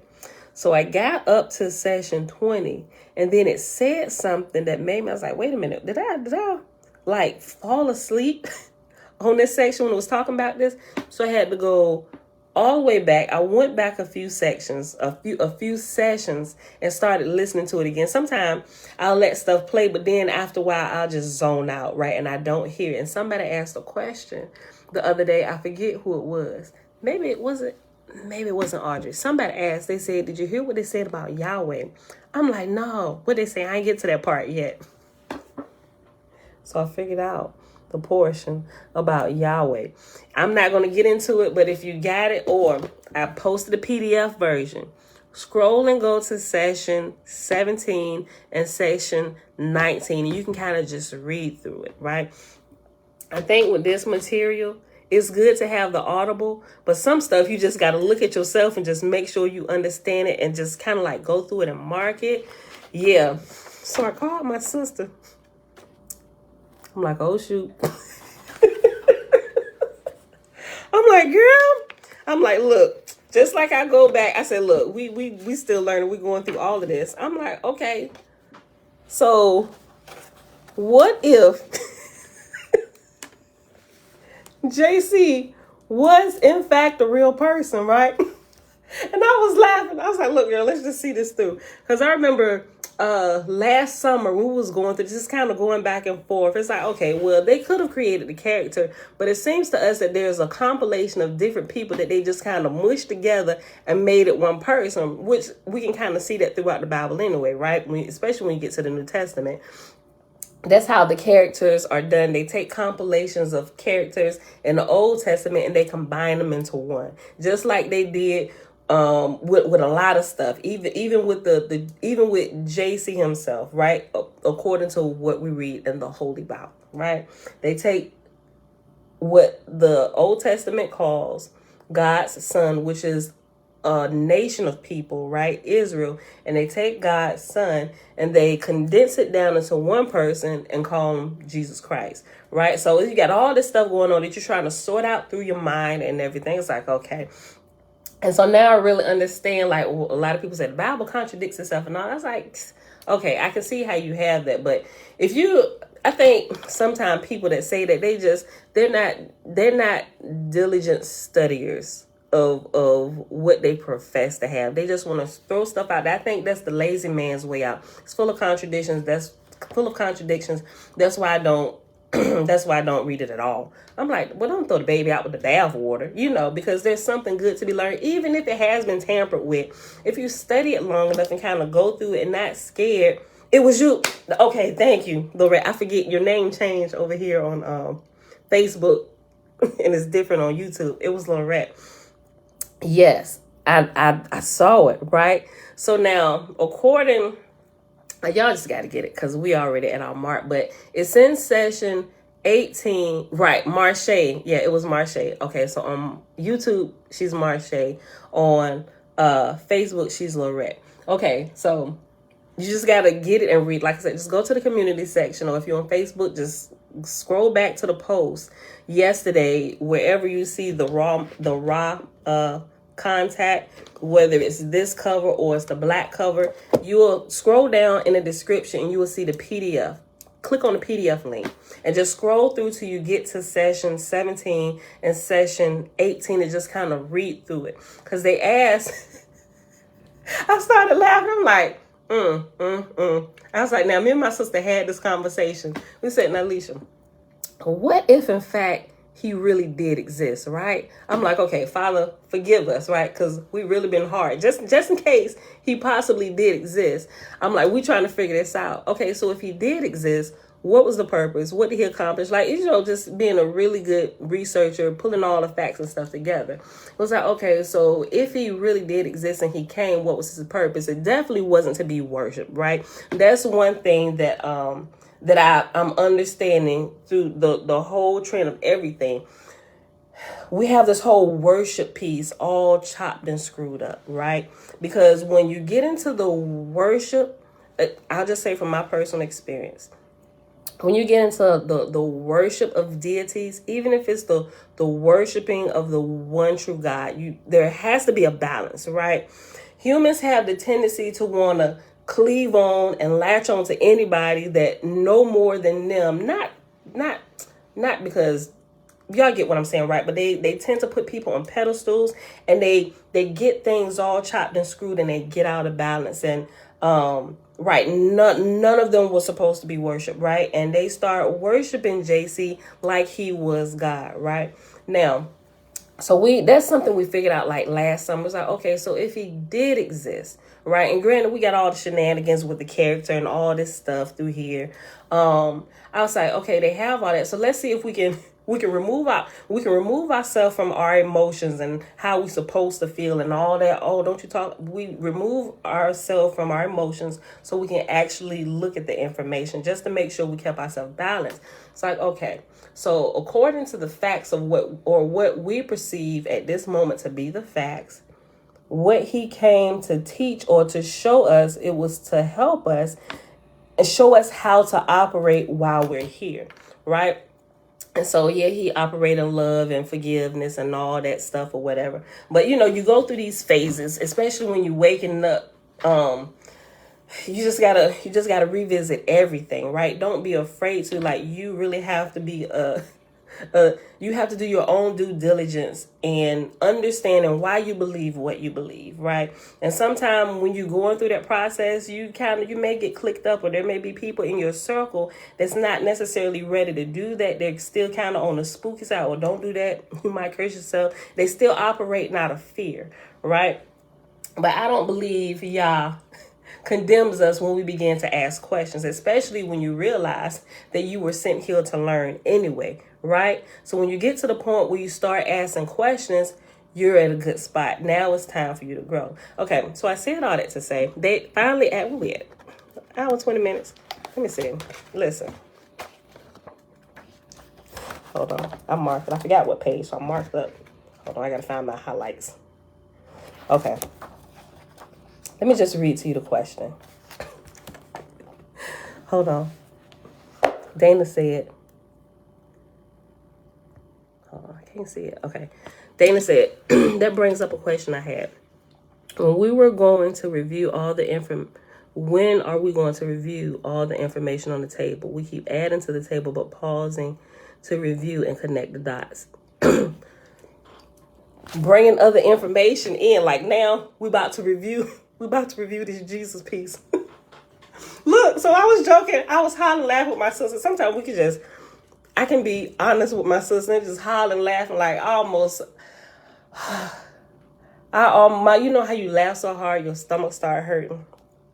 So when we was talking about this whole Jesus piece, right? I'm like, oh shoot, we might have been screwed up. It was just hilarious, just kind of reading through here, just with what they said, and just going back, revisiting some things, and just, I'm like, okay, I can see that. You know, I don't necessarily know for sure, but I can see that. Okay, so listen. Hold on. Okay. Lorette said, yes, I like how you said it. He was trying to teach us how to operate here. And that is precisely the thing. Let's just say, even if the character was created, there was a principle that was trying to be conveyed to us on how we should operate here, right? And he was operating on like the highest level. He was operating on like the highest level of love, right? And so I'm gonna just read this. If y'all gotta go ahead and go. This is recorded, but let me just read this. I'm like, you know what? I did all this talking about Jesus. I'm like, if you existed, forgive me, bruh. We'll get it corrected. I'm like, Father, forgive me. I feel like I owe y'all this because I talked about him so bad. So let me just read it, right? Okay. This is something to add to the table to kind of help us sort out some of the stuff. Oh man. Okay. Yeah, I don't know. I'm gonna have to figure out something. I locked up my my portable Wi-Fi. It's in one of my boxes, and I don't know. Otherwise, I would have been and hooked it up. I might just go buy another one because this whole glitching stuff is plucking my nerves. Okay, Session 17, February. And if you got the book, this is the original one. This is not the remastered one. I actually left that one in my trunk. But it's the same information. It just, the new one just adds a little bit more information about the people in their life and how everything led up to this, which is good. That's why I got both of them. Okay.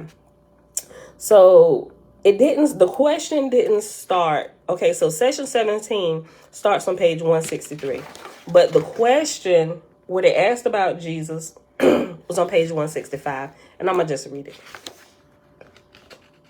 And I'm going to read to you because right after it asks about Yahweh. Okay.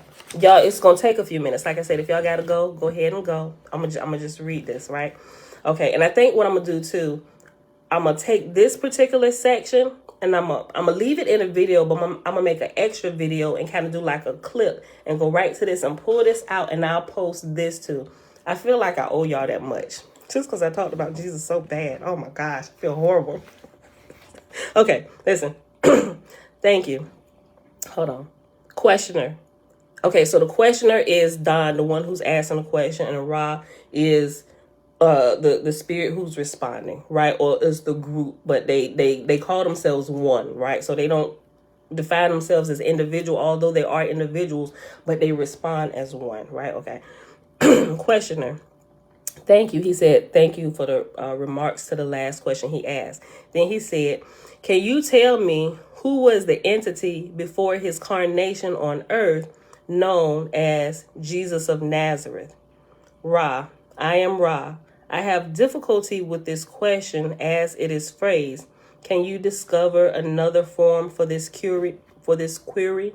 So he was saying, ask your question differently, and I can answer it for you. Questioner, what I meant to say was, can you tell me if Jesus of Nazareth came from the Confederation before incarnation here? So I talked a little bit yesterday about the Confederation, right? Confederation, you can just say it's the different levels in the spiritual realm, right? So there's a certain level, what they call Confederation. Robin, shalom, shalom. Okay.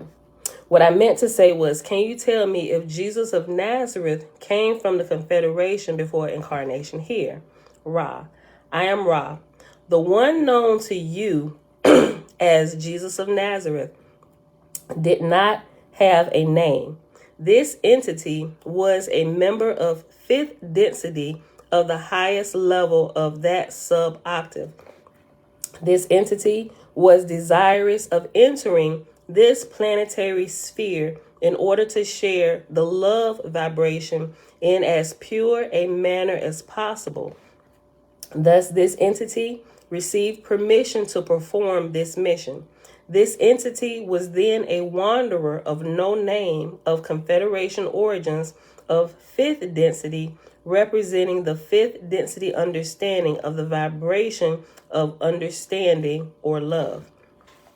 Questioner, did you say the fifth vibration was of love? Was that of love? Ra. I am Ra. I have made an error. The fourth density being is that which we intended to say the highest level of fourth density going into the fifth. This entity could have gone on to the fifth, but chose instead to return to the third for this particular mission. This entity was of the highest sub-octave of the vibration of love. This is fourth density. Questioner, when I am communicating with you as Ra, are you at times individualized as an entity, or am I speaking to an entire social memory complex? And that's what they call the group. It's a social memory complex. I mean, it's a bunch of us, but we're considered as one. The best way I understand it is like my family.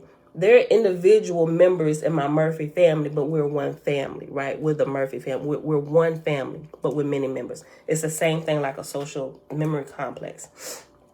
It's a group, but they're one, right? Okay. Ra, I am Ra. You speak with Ra. There is no separation. You would call it social memory complex, thus indicating manyness. To our understanding, you are speaking to an individualized portion of consciousness. Questioner, am I always speaking to the same individualized portion of consciousness in each session? Ra, I am Ra. You speak to the same entity through a channel or instrument. This instrument is at times lower in vital energy. This will sometimes hamper our proceedings.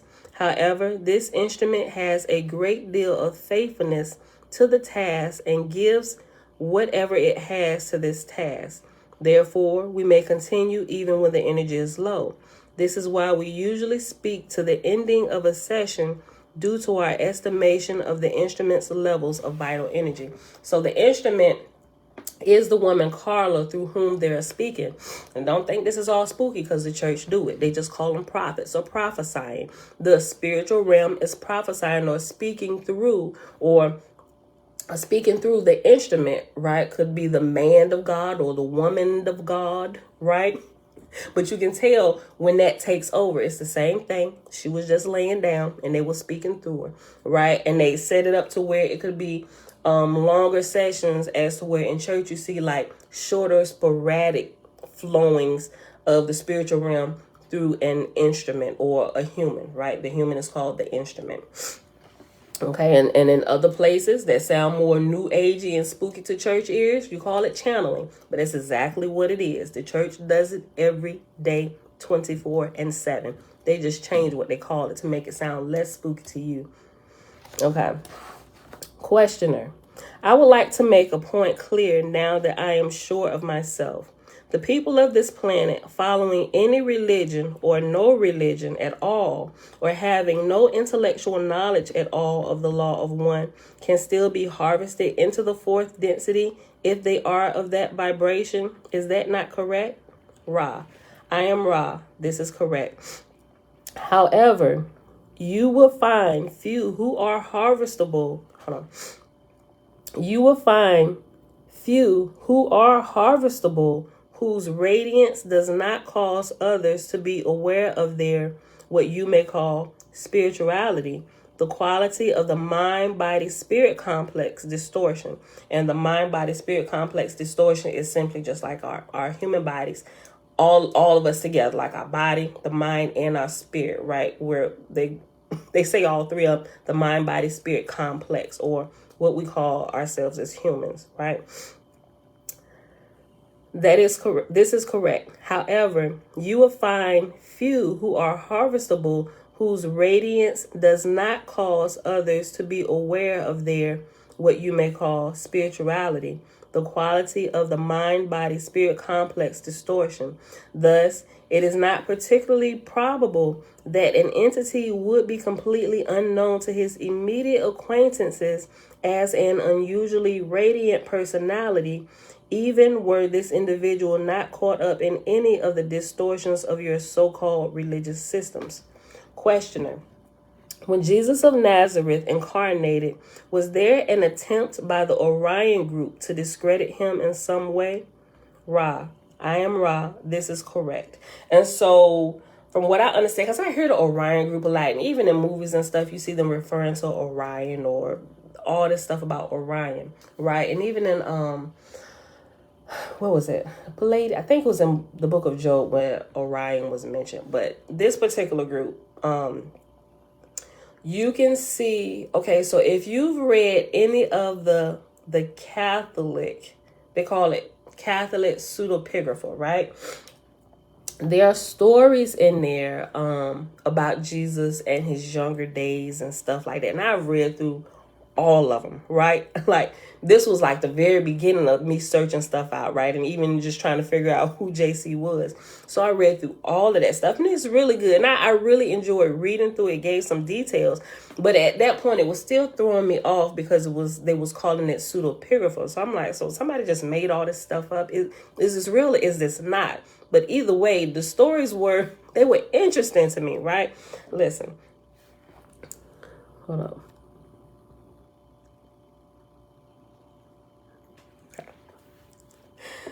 Listen.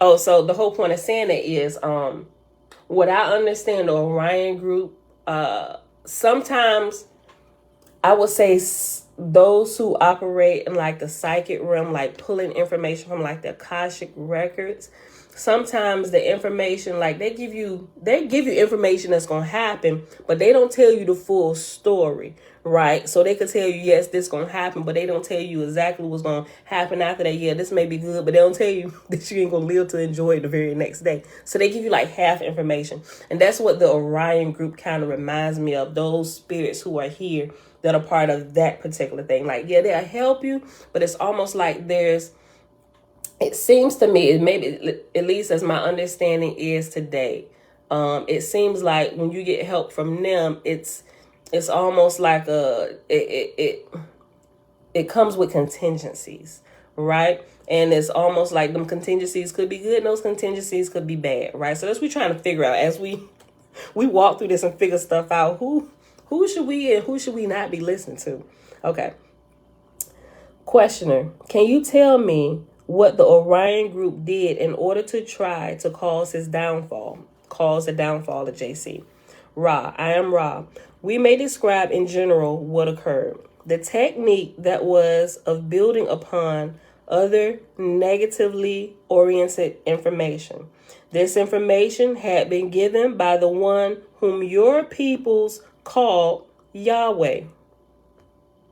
When I got to this, it started flooding in a whole bunch of information back to my mind from these few particular groups that they said, do y'all know who Yahweh is? He is the enemy, right? I'm just like, what?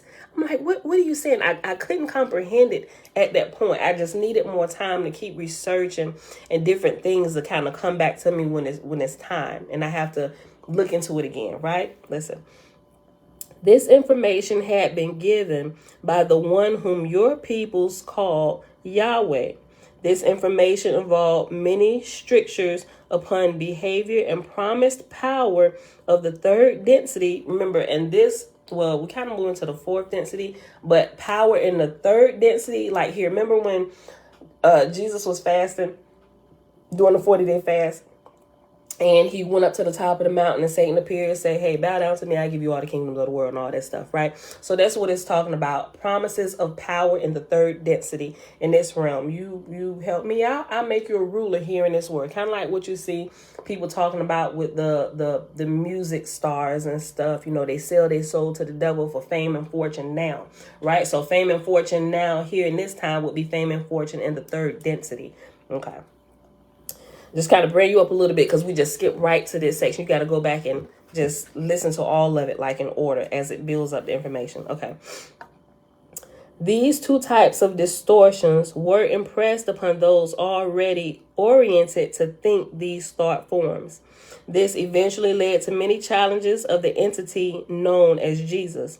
It eventually led to one sound vibration complex, Judas, as you call this entity, who believed that it was doing the appropriate thing and bringing about or forcing upon the one you call Jesus the necessity for bringing in the third density planetary power distortion of third density rule over others. So remember, I'm like, okay, he didn't just use all these, what seems to me scientific words, but because I'm so familiar with the New Testament, I knew exactly what he was talking about. So remember, Judas like, here he is. I'm gonna sell him to you. You give him the gold or whatever, the tokens, and I'm gonna do this. I'll betray him. He literally betrayed him with a kiss, right? But from Judas's standpoint, remember what the disciples was always asking Jesus: when is the kingdom gonna come, right? When is the kingdom gonna come? They wanted revenge. They wanted Jesus to take over the kingdom right now. So Judas, in his estimation, he thought, because he knew that their master had power, maybe the situation just needs to be structured just right, and we're going to force Jesus to do what we think should be done. Just go ahead and kill everybody, take everybody out, and we just get back on top. That was Judas's thinking with what was going on. So he didn't think, which is why he killed himself after they took Jesus, right? All that money, he was like, I don't want this, and nobody wanted the money. They said this is blood money. They didn't betray Jesus. That we ain't taking this money. We're gonna call this the field of blood, right? Because and that's what they leave out. In Judas's estimation, he wasn't betraying Jesus. He was actually trying to get Jesus to do what they knew he could do. They wanted the kingdom to come now, and so by setting that up, he thought, oh yeah, this is. My dude is about to do something. But when JC decided not to do it that way and give his body instead operating on the law of love, it's going to explain this a little bit more. It really tore Judas up, so much so that he couldn't live with himself because that did not play out how he thought it was going to play out. Listen. Now, I say that confidently after reading this because of all the other stuff that I've read previous years ago, reading all of the old pseudepigrapha and all this stuff that I've ingested. Some of these pieces of the puzzle are actually kind of coming together now. Okay, listen. This eventually led to many challenges of the entity known as Jesus. It eventually led to one sound vibration complex, which they also refer to humans as sound vibratory complexes, right?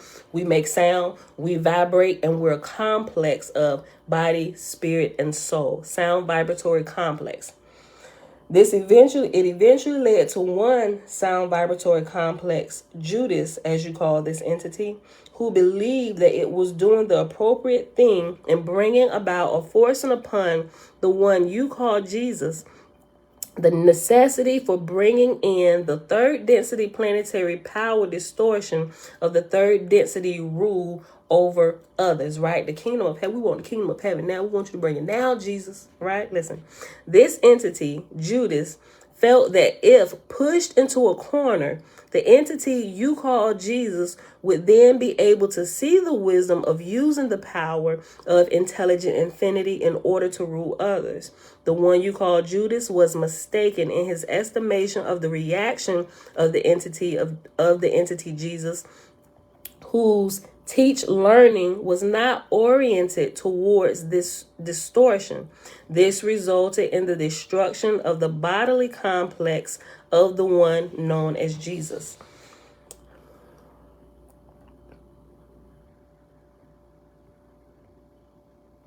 We'll get into that, Francis.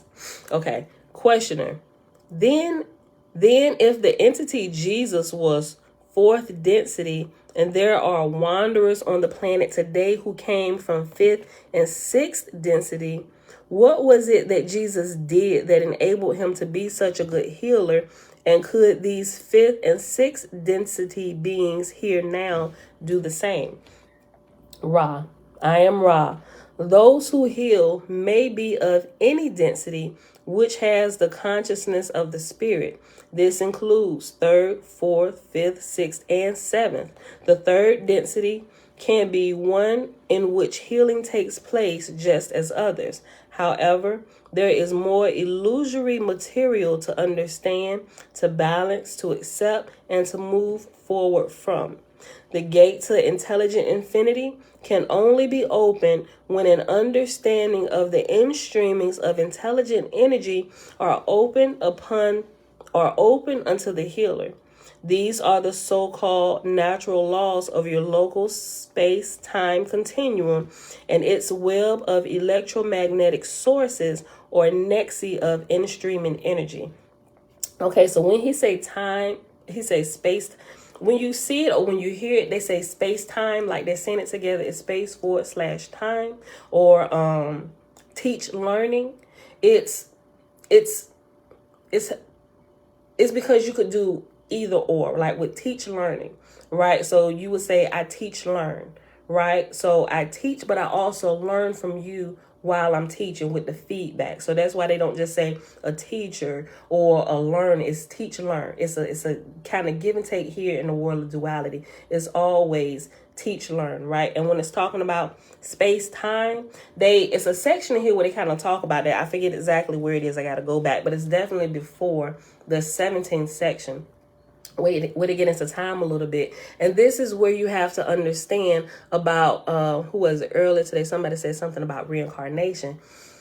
We call it reincarnation here because we don't understand that at this level, this is the only level where there is what we perceive as time and lifetimes, and why it looks like we have to live many lifetimes or we die and come back to where it is in the other densities, the other spheres, time is unbroken. Right? They don't see it from that way. It's unbroken. And even though to us, when you're trapped here in this density, it's like we die and then we get born again and had to come back and do it over. It's not really like that if you look at it, right? Remember, we're the illusion here. This is the only level where we see things in duality, life, death. Everything else is a continuous, unbroken stream of life of the spirit. Right? So it's just like going through grades in school. If you just think about it. If you go through school, through the grades, and say you fail first grade, right? If you fail first grade and you have to repeat it, that would be kind of like symbolic of, okay, you live this life, now you die. When you failed the first grade, you died and you have to come back. So now you're reincarnated and you have to do it again, right? That's kind of almost like symbolic of the process, to where though when you're actually going through school, you don't actually die. You just got to kind of go back and repeat it and learn what you didn't learn before you can move. That's exactly how it is. Although we call it reincarnation, coming back, you have to understand the deeper principles. Although we're using this words in this realm that we're at, in this realm of duality, don't take it like, oh my gosh, there is like no reincarnation. Okay, y'all missing a point. Y'all getting hung up on the words, but you're missing the lesson that's trying to be conveyed with what they're teaching you with the stories and stuff. And that's the big thing that we have to learn how to get over while we're here in this density, in this realm, in the realm of duality and polarities, right? Once we can get past that, we can keep going, right? Because remember, the spirit, the true us, it never dies. It's just like failing when we have to come back to this level and do it again. It's just like failing the first grade or failing the ninth grade. Okay, you didn't do so well, or you didn't quite, well, it's not good or bad. You didn't learn all that you should have learned. Let's take it through again, right? And so you get to come back according to the reincarnation, how you understand reincarnation, you'll come back. Right, but this time you'll look different in the physical. Your physical vehicle will look different, but you're still the same exact spirit. All of your spirit, it all looks the same. You just get a different car, new car this time when you come back through. And when you come back through this time, you don't come back in the exact same place. We're gonna put you over here this time and come through here, but it's gonna be the same exact lesson, right? Once we can really understand that, we can stop fighting over some of these mundane things that don't amount to a hill of beans, that has nothing to do with the price of tea in China. You're missing the point. And that is not what we're trying. We're not trying to fight over words. We're really trying to pull the lessons from all of these things so we can continue growing. Okay, so let me finish this real quick. We almost at 2 hours. Let me finish. Okay. This entity, Judas, felt that if pushed into a corner, the entity you call Jesus would then be able to see the wisdom of using the power of intelligent infinity in order to rule others. So he feel like, okay, if we push him into a corner, he gonna use his supernatural stuff that he know how to do, and we just do this. Like, that ain't even how this work, right? The one you call Judas was mistaken in this estimation of the reaction of the entity of Jesus, who teach learning was not oriented towards this distortion. This resulted in the destruction of the bodily complex of the one known as Jesus. And look, and I want to get to this portion where they talk about, because they're going to ask the question about him coming again. That's what I'm going to get to, and we're going to pause after that. But if y'all got to go ahead. It's going to be recorded, and I'm going to pull this out for a little separate thing. Okay, listen. Questioner. Then, if the entity Jesus was fourth density, and there are wanderers on the planet today who came from fifth and sixth density, what was it that Jesus did that enabled him to be such a good healer? And could these fifth and sixth density beings here now do the same? Ra. I am Ra. Those who heal may be of any density which has consciousness of the spirit. This includes third, fourth, fifth, sixth, and seventh.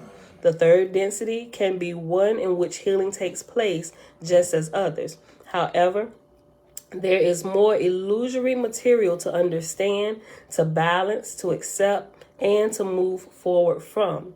The gate to intelligent infinity can only be opened when an understanding of the instreamings of the intelligent energy are open unto the healer. Meaning you can't just jump into it. Like, you really have to have an understanding of all that's going on in order for you to flow without being stopped and halted because something not working, right? So in the church, that would be like one of my, okay, well, how come people ain't really getting healed? They doing all this, it's like surface stuff. I'm like, but what about, I want to see somebody's leg grow out. I want to see somebody who had like something that they said was, they had to live like that all their life, like Down syndrome. I said healing that would be a real miracle to me. But nobody puts in the time that it actually takes to understand what we are and who we are to really be a true healer. You got people masquerading as healers on this earth, and they're nothing more than shenanigans and money takers, right? Because they ain't really doing nothing that'll really cause the masses to come flooding and run and be like, teach me, and like literally give them a reason to really put you on a pedestal, right? The gate to intelligent infinity can only be opened when an understanding of the instreamings of intelligent energy, or the intelligent energy or information from the spiritual realm. The gate to intelligent infinity can only be opened when an understanding of the instreamings of intelligent energy are open unto the healer. These are the so-called natural laws of your local space-time continuum and its web of electromagnetic sources or nexi of in-streaming energy. Know then first the mind and the body. Then, as the spirit integrated and synthesized, these are harmonized into a mind-body-spirit complex which can move among the dimensions and can open the gateway to intelligent infinity, thus healing self by light and sharing that light with others, right? And this has been scientifically proven. Being able to heal somebody, not just with the laying on of hands or speaking, but with sound and with light. These bodies can literally be healed and restored, right? True healing is simply the radiance of the self causing an environment in which a catalyst may occur, which initiates the recognition of self by self of the self-healing properties of the self. Questioner: how did Jesus learn this during his incarnation? Ra, I am Ra. This entity learned the ability by a natural kind of remembering at a very young age. And this is some of the information. When they started talking about this, I started laughing because I know what they're talking about, because some of these stories you can find, in the pseudepigrapha, like Jesus' early days and stuff. And it'll give you all those different accounts where he even killed a boy because he pissed him off.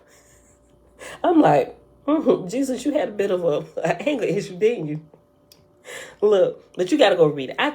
I'll share that today. If you haven't seen it, I'll share a couple so you can read through it when you get a chance, at your leisure. Listen, this entity learned the ability by a natural kind of remembering at a very young age. Unfortunately, this entity first discovered his ability to penetrate intelligent infinity by becoming the distortion you call angry at a playmate. This entity was touched by the entity known as Jesus and was fatally wounded. Thus, the one known as Jesus became aware that there dwelt in him a terrible potential. This entity determined to discover how to use this energy for the good, not for the negative. This entity was extremely positively polarized and remembered more than what most wanderers do. Questioner: how did this aggressive action against a playmate affect Jesus in his spiritual growth? Where did he go after his physical death? I'm going to share them, Lorette, the pseudepigrapha books. I'm going to share them. Hold on. So you can read it. And it's all online too. Well, you can get them printed, but I'll give you the links where you can read them for free. Excuse me. Ra, I am Ra. The entity you call Jesus was galvanized by this experience and began a lifetime of seeking and searching. This entity studied first day and night in its own religious constructs, which you call Judaism, and was learned enough to be a rabbi, as you call teach learners of this particular rhythm or distortion of understanding at a very young age. At the age of approximately 13 and 1/2 of your years, this entity left the dwelling place of its earthly family, as you would call it, and walked into many other places, seeking further information. This went on sporadically until the entity was approximately 25, at which time it returned to its family dwelling and learned and practiced the art of its earthly father, which was Joseph being a carpenter, right? Okay. When the entity had become able to integrate or synthesize all experiences, the entity began to speak to other selves. Other selves would be, you call yourself the self. Other selves are everybody else other than you. Like y'all will be other selves to me, to myself. I'm a self. Y'all are other selves. Y'all get it. When the entity had become able to integrate or synthesize all experiences, the entity began to speak to other selves and teach and learn what it had felt during the preceding years to be of an worthwhile nature. The entity was absolved karmatically of the destruction of an other self when it was in the last The entity was absolved karmatically of the destruction of an other self when it was in the last portion of lifetime, and spoke upon what you would call a cross, saying, Father, forgive them, for they know not what they do. In forgiveness lies the stoppage of the will of action, or what you call karma. Questioner. What density is the entity known as Jesus in now? Ra. I am Ra. This information is harmless, though unimportant. This entity studies now the lessons of the wisdom vibration, the fifth density, also called the light vibration. Questioner. In our culture, here it is. In our culture, there is a saying that he will return. Can you tell me if this is planned? Ra. I am Ra. I will attempt to sort out this question. It is difficult. This entity became aware that it was not an entity of itself, but operated as a messenger of the one creator whom this entity saw as love. This entity was aware that this cycle was in its last portion and spoke to the effect that those of its consciousness would return at the harvest. The particular mind-body-spirit complex you call Jesus is what you would call an entity not to return except as a member of the Confederation speaking through a channel. I read that again. The particular mind-body-spirit complex you call Jesus is as what you would call an entity not to return except as a member of the Confederation speaking through a channel. So everybody, remember, I still be joking about it all the time. Like, they still waiting for Jesus to come back to get them. Like, he is not ever coming back, like, in physical to return. Like, what we see now, how the spiritual realm speaks to us, that is the only way, whether you want to call it Jesus or whatever you want to call it. The spiritual realm of Yah will talk to you like that. Okay, the questioner, that's why I say y'all got to read it. The questioner is Dawn, right? The woman who's the channel that they're speaking through, her name is Carla. And then you have Jim, right? So y'all gotta, I said some of this is gonna be like, wait a minute, you missing stuff. So you have to go back to the beginning because it's gonna fill in all of those questions, right? So they were a group of friends. And their energy worked well together, like up into, because they meditated, and the truth that they were seeking, they just kind of, without knowing, kind of put themselves in a place that allowed them, they were like the best channels at the time in the 80s to actually get this information to the people of the earth. Like, they just found themselves in a place where they just kind of became, oh, these are the closest ones they're going to have to do, right? Was this the 80s? Yeah, it was 1980, 81, and 82 when this happened. Like I said, if you get it or you listen to it, even the PDF version, Dana, I posted it yesterday. Just kind of scroll back and you will see it. Open up the PDF version, kind of read through it. It's really long. Or you can listen to the Audible. The Audible you got to pay for on, Amazon, but it's a free version, which I also posted on YouTube, but it's a bit slower. Because as the person is speaking, or as they're speaking through her, it's a little bit slower than what you experience in church, to where sometimes when you open up yourself to the spirit of Yah and he's speaking through you, it's like a flow, like there's no breaking the words. You can hear clearly what I'm saying, right? It flows like that. But if you listen to the YouTube, it's like, I am Ra. The person you refer to as Jesus was known as, and that's how it moves. That's how it moves on YouTube. And if you're impatient, that's gonna pluck your nerves.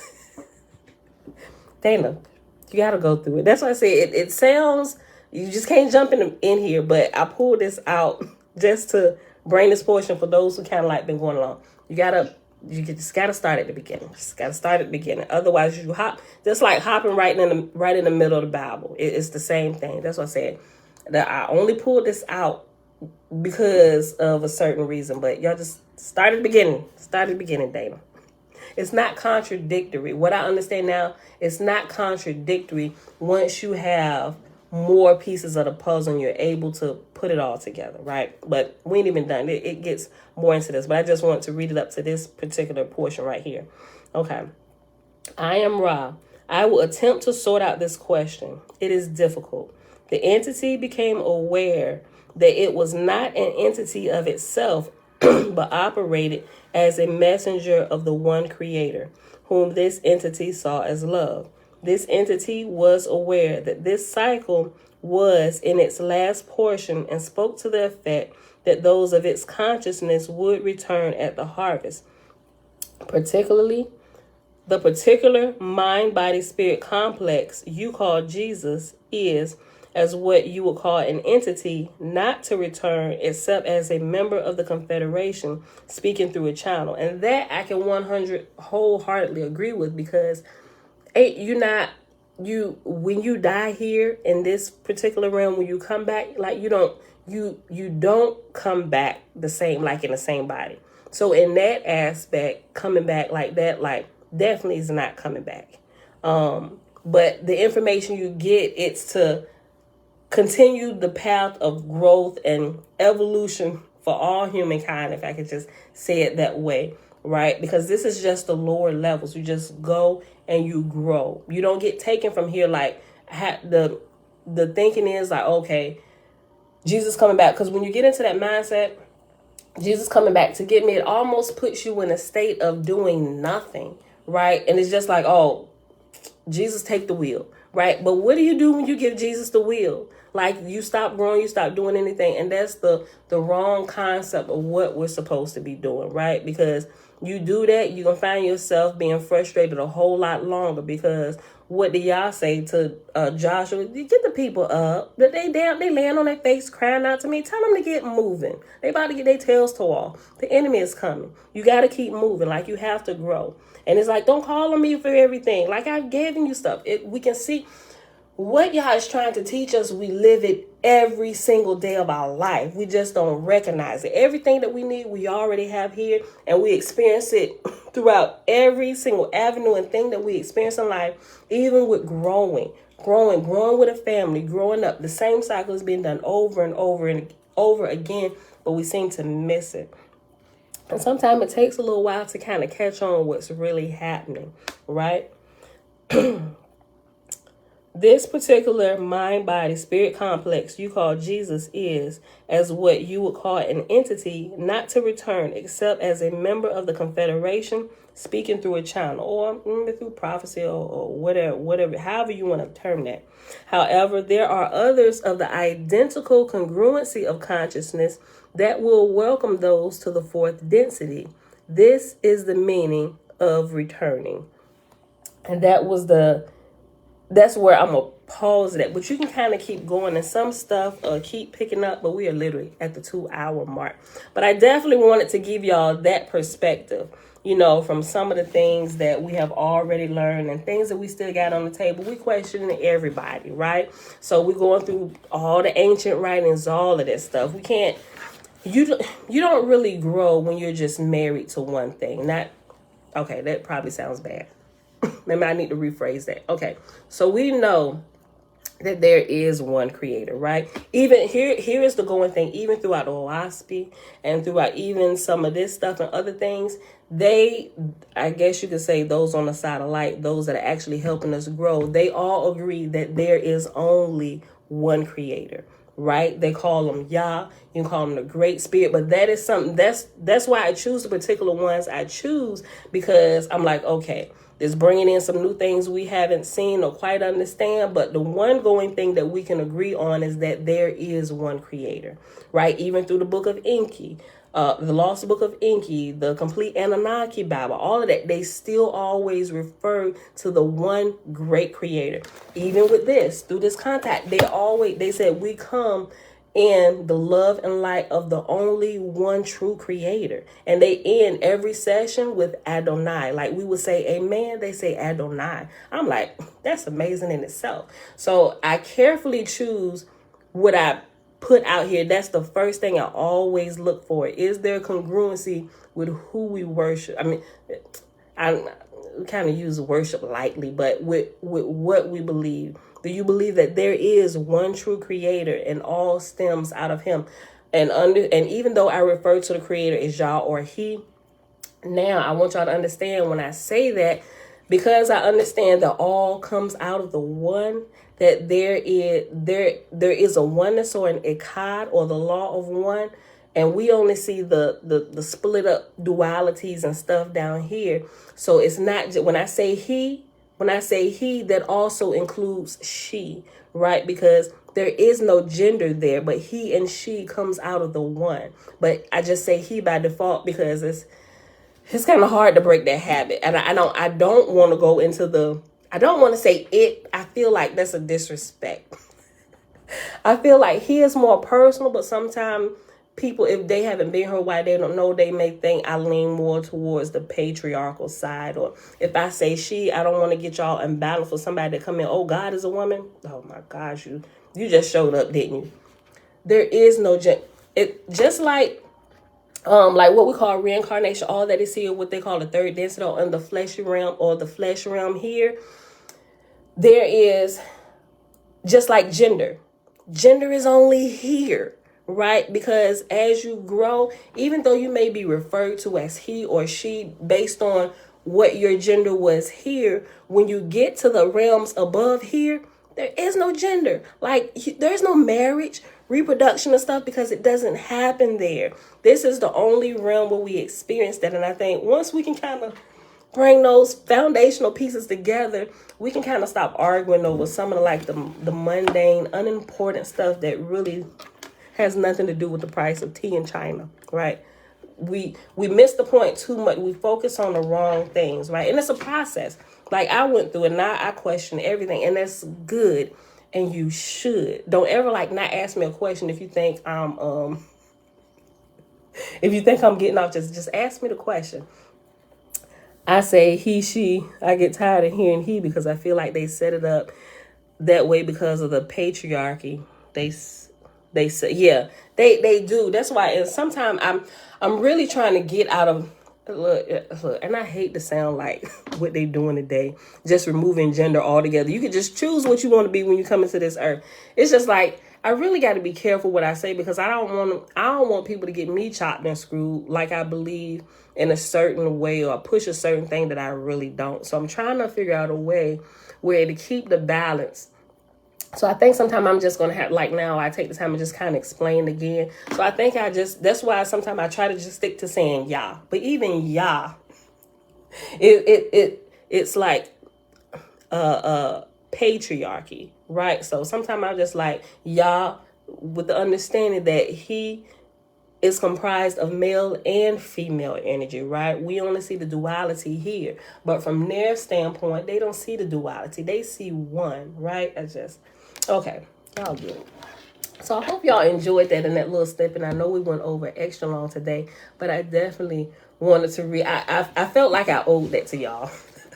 I owed it to myself because I listened to it. I'm like, well, God darn it. I'm like, okay, we're adjusting. Okay, pull it together, Pam. All right, you're going to have to share it.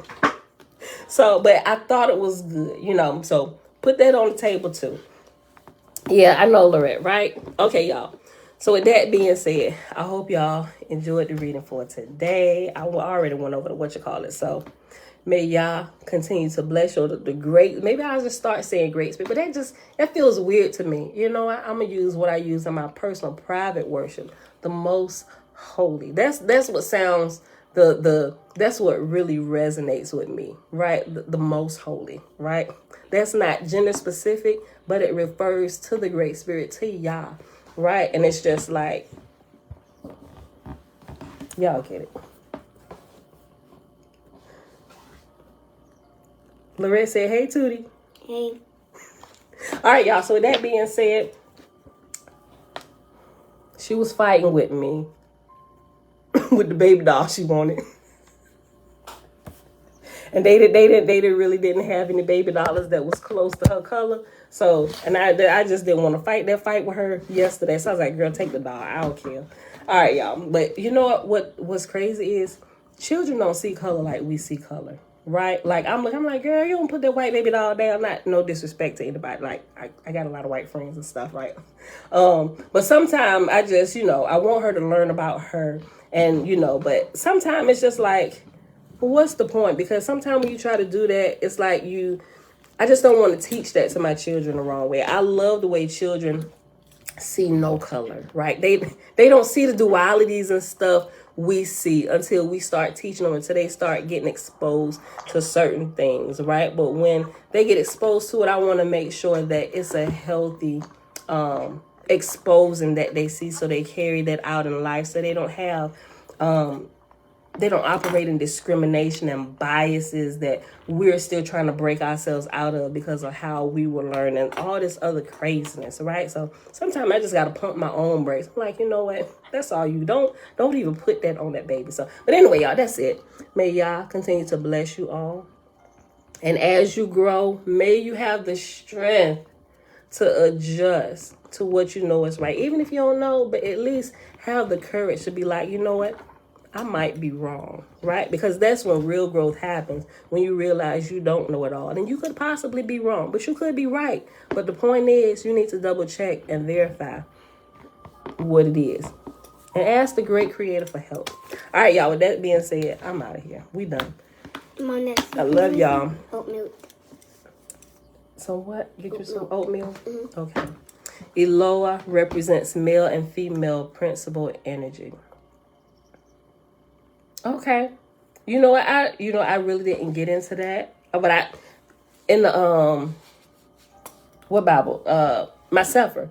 Eloah is used a lot, so but yeah, you're right. But sometimes it's just because we ignorant and we unlearned. We I think the ending was it suffix prefix? Yeah, the ending suffixes throw us off sometime, and if it ends in like or la, like Pamela, we think it's feminine. Like we get everything all kinds of chopped and screwed. But you know what? We all learning. All right, y'all, that's it. We out of here. Tootie, come in this. I love y'all. See y'all back here tomorrow, bright and early, 7:15 a.m. Eastern Standard Time. Burst. Come on, Indicare. Okay, should be all right. Come on. He just got in bed. Okay. Go ahead, end it. Bye. Bye.